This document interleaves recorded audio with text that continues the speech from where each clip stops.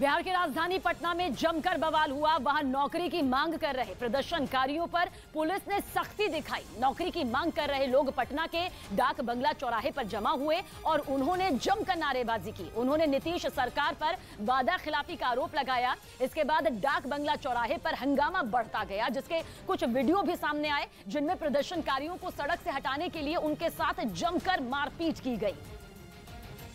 लेकिन उनमें एक तस्वीर ऐसी भी सामने आई जिसमें पटना के एडीएम के सिंह हाथों में तिरंगा लिए एक लड़के को बुरी तरह डंडे से पीटते नजर आए।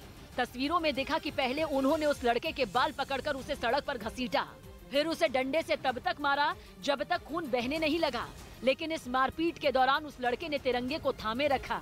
दरिया अब तेरी खैर नहीं, बूंदों ने बगावत कर दी है। अरे नादा ना समझ बुद्धि की। प्रदर्शन के दौरान वो प्रदर्शनकारी भी पूरे जोश में दिखा, जिस पर एडीएम भड़कते नजर आए। ऐसे में पटना के डीएम डॉक्टर चंद्रशेखर सिंह ने मारपीट के इस मामले में जांच के आदेश दे दिए।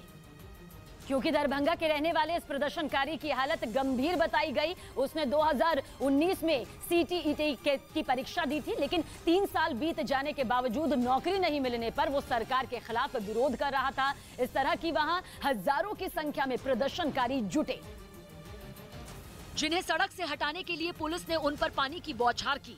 लेकिन वो लोग इतने गुस्से में थे कि उन्होंने पुलिस पर पत्थर बरसाने शुरू कर दिए, जिसके बाद पटना के उस चौराहे की तस्वीर बदल गई। एक तरफ जो शिक्षक अभ्यर्थी हैं वो लगातार हंगामा कर रहे हैं, उधर से पत्थरबाजी शुरू हो गई है। यही नहीं, पुलिस वालों ने प्रदर्शनकारियों को हंगामा करने से रोकने के लिए उन पर जमकर लाठियां भी बरसाईं। उन्हें दौड़ा दौड़ा कर पीटा, लेकिन वो लोग अपनी मांग पर अड़े रहे।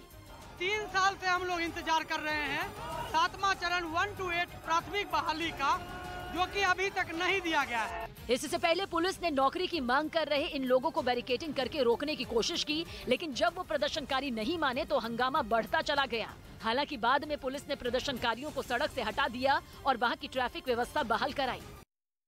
हिमाचल प्रदेश के कई हिस्सों में भारी बारिश के बाद जमीन खिसकने से लोगों की मुश्किलें बढ़ गईं। शिमला जिले सेतु लैंडस्लाइड के बाद हैरान करने वाला एक वीडियो भी सामने आया, जिसमें एक भारी भरकम चट्टान पेट्रोल पंप पर गिरती दिखाई दी। सामने आए सीसीटीवी वीडियो में पेट्रोल पंप पर कुछ लोग तेल भराते नजर आए, लेकिन तभी अचानक पहाड़ से खिसककर नीचे आई चट्टान का एक बड़ा हिस्सा पेट्रोल पंप पर खड़ी गाड़ियों पर जा गिरा, जिसकी चपेट में आकर वहां खड़ी 3 गाड़ियों के परखच्चे उड़ गए, जबकि एक आदमी बुरी तरह घायल हो गया, जिसे अस्पताल में भर्ती करवाया गया। ये हादसा इतना भीषण था कि पेट्रोल पंप पर मौजूद लोगों के पास भागने तक का वक्त नहीं था। हालांकि गनीमत ये रही कि इस हादसे में सिर्फ एक आदमी को ही चोट आई। जोरदार बारिश के बाद हुई तबाही का एक वीडियो चंबा जिले से भी सामने आया, जहां पहाड़ से सैलाब के साथ आए मलबे में एक 3 मंजिला इमारत का नामो निशान मिट गया। लैंडस्लाइड के कहर बरपाने का जो वीडियो सामने आया, उसमें पहाड़ से पानी के साथ मलबा तेजी से उस मकान की तरफ बढ़ता दिखाई दिया। जैसे ही मलबे का ढेर मकान के ऊपर से गुजरा, वो पूरी तरह मलबे में समा गया। ऐसा लगा मानो वहां पहले से कोई मकान रहा ही ना हो।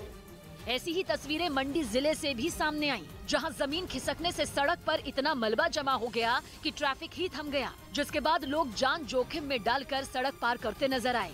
सबसे बुरे हालात यहाँ पर मंडी के हैं। जैसे कि आपको पता है कि अकेले मंडी में 13 लोगों की जान गई है।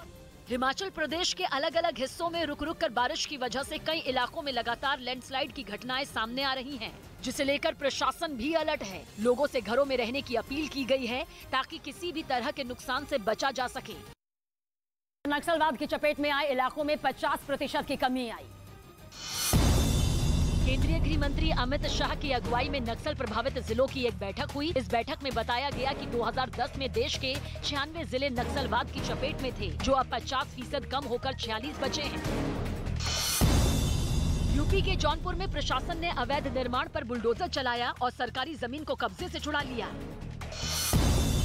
मुख्यमंत्री ममता बनर्जी ने कोलकाता में दुर्गा पूजा का आयोजन करने वाली कई समितियों के अधिकारियों से मुलाकात की और नवरात्र में हर साल होने वाली दुर्गा पूजा के आयोजन से पहले उनकी समस्याएं जानी।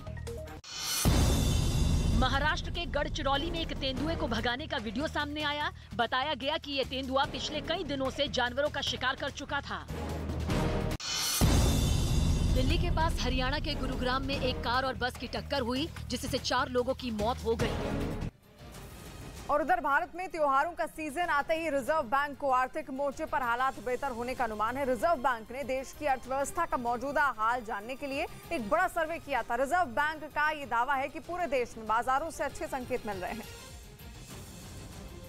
जिसकी वजह से मैन्युफैक्चरिंग सेक्टर में एक बड़ा सुधार आने का अनुमान है। रिजर्व बैंक के एक सर्वे में दावा किया गया कि सितंबर से शुरू हो रहा त्योहारों का सीजन अर्थव्यवस्था के लिए बड़ा धक्का लगाने वाला है। शहरी इलाकों में भी और ग्रामीण इलाकों में भी डिमांड में तेजी आने का अनुमान है, जिसकी पहले से ही उद्योगों ने तैयारी भी कर ली है। मतलब ये कि सप्लाई बढ़ाने का पूरा इंतजाम कर लिया गया है। इसका असर ये होगा कि कीमतों में इजाफा रोकने में मदद मिलेगी। अच्छी बात यह है कि सितंबर से शुरू होने वाला त्योहारों का सीजन साल के आखिर तक चल सकता है, जिससे महंगाई दर तो काबू में रहेगी ही। अनुमान है कि IIP यानी देश में कारखानों में पैदावार की कुल दर भी बेहतर बनी रह सकती है। हालांकि माना जा रहा है कि इसके पीछे देश में सरकार की तरफ से किया गया पूंजीगत निवेश बड़ी वजह है और इसी का बड़ा असर यह है कि ज्यादातर अहम चीजों की कीमतों को बढ़ने से रोका जा सका। और दावा यह है कि पहली तिमाही में 2.25 लाख करोड़ रुपए सरकार ने पूंजीगत निवेश पर ही खर्च किए। इसका अर्थव्यवस्था पर तगड़ा असर देखने को मिलने का दावा है। दूसरी तरफ कच्चे तेल की कीमतों में भी नरमी देखने को मिली है। कच्चा तेल अगर सस्ता हुआ तो सोने पर सुहागा से कम नहीं होगा। माल बनाने की लागत भी कम होगी, महंगाई भी काबू में आएगी और लोगों की खरीदारी करने की क्षमता भी बढ़ेगी। इसलिए दावा किया जा रहा है कि टूरिज्म भी देश में एक बार फिर पटरी पर लौटा है। पिछले 2 महीने से PMI यानी परचेजिंग मैनेजर इंडेक्स में बढ़ोतरी देखने को मिल रही है, जो अर्थव्यवस्था के लिए अच्छा संकेत है। उत्तर प्रदेश के सहारनपुर से हैरान करने वाली तस्वीर भी सामने आई। वहां उफान मारुति नदी में एक ट्रैक्टर फंस गया, जिसके बाद उसके ड्राइवर की जान मुश्किल में पड़ गई, लेकिन उसने सूझबूझ से अपनी जान बचा ली। क्योंकि सैलाब को पार करते करते जैसे ही वो बीचों बीच पहुंचा, ट्रैक्टर ने दम तोड़ दिया। ड्राइवर ने उसे पार लगाने के लिए पूरा जोर लगा दिया। ट्रैक्टर के पहिए तो घूमते रहे, लेकिन वो आगे बढ़ने को तैयार ही नहीं हुआ। इसके बाद बहाव बढ़ता गया, लेकिन उसने हिम्मत नहीं हारी। पानी को भांपते हुए उसने अपने ट्रैक्टर को पीछे लेना शुरू किया। ना भाई साहब, दिमाग लगा रहा। इसके बाद पानी की रफ्तार बढ़ती गई, लेकिन उसने अपना पूरा ध्यान ट्रैक्टर को सही तरीके से पीछे करने में लगाया। एक पल को लगा मानो नदी ट्रैक्टर को निगल कर ही दम लेगी, लेकिन ड्राइवर भी पूरी ताकत से अड़ा रहा। जिसके बाद उसने पहले ट्रैक्टर को आहिस्ता आहिस्ता पीछे लिया और फिर मौका मिलते ही उसे घुमाकर उसी नदी किनारे पहुंच गया जहां से वो आया था। मध्य प्रदेश की राजधानी भोपाल में बारिश की वजह से हालात बिगड़ गए। वहां बीते कुछ घंटों से लगातार बारिश हो रही है, जिसका असर शहर के मशहूर बड़ा तालाब में भी देखने को मिला, जहां किनारे पर खड़ा एक काफी बड़ा क्रूज देखते ही देखते डूब गया। क्रूज डूब चुका है और सारी जो गतिविधियां हैं बोट क्लब पर होने वाली सारी गतिविधियां बंद है। तालाब में लहरें इस तरह उठती दिखी जैसे समंदर में लहरें उठ रही हों। तेज हवाओं के साथ हो रही बारिश के कारण तालाब में पानी बढ़ गया। ऐसे में तालाब में उठती ताकतवर लहरों की वजह से इतना बड़ा क्रूज भी नहीं टिक पाया और तालाब में कहीं गुम हो गया। वो इन ताकतवर लहरों से जूझते हुए धीरे धीरे किनारे तक पहुंचा।